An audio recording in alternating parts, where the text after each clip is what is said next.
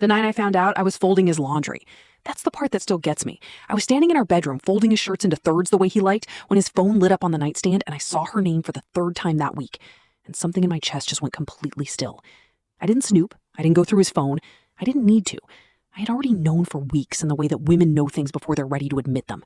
The slight change in how he hugged me, the way he laughed differently at his phone, the cologne he started wearing again after 2 years of it sitting untouched on the bathroom shelf.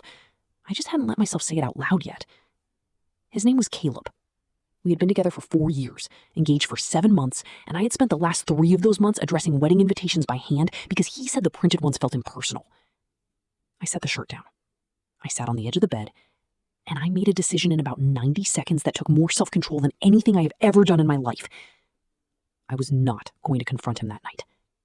I was not going to cry, scream, throw anything, or give him the satisfaction of watching me fall apart in real time. I was going to be calm. I was going to be methodical. And I was going to make sure that when this ended, I was the one walking away clean.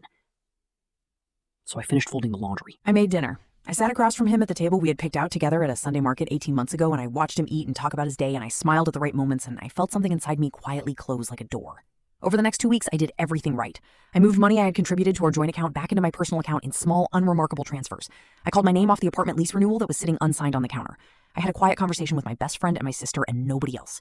I returned 3 wedding vendor deposits without telling him. The florist, the photographer, the venue. I told them all there had been a change in plans. There had been. On a Wednesday evening, I waited until he got home from work and I had 1 bag packed and sitting by the door. Just 1, because I had been moving things out slowly for 11 days. And when he walked in and saw my face, he immediately started talking, started explaining, started with, "Leah, listen, it's not..." And I held up 1 hand and I said, "I'm not here for the conversation, Caleb. I already know everything I need to know." He asked me if I had been planning this. I said yes. He asked me for how long. I said long enough. I picked up my bag. I walked out.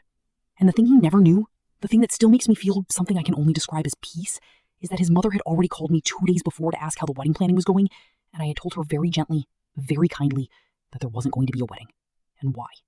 He found that out on his own. I didn't plan that part, but I didn't stop it either.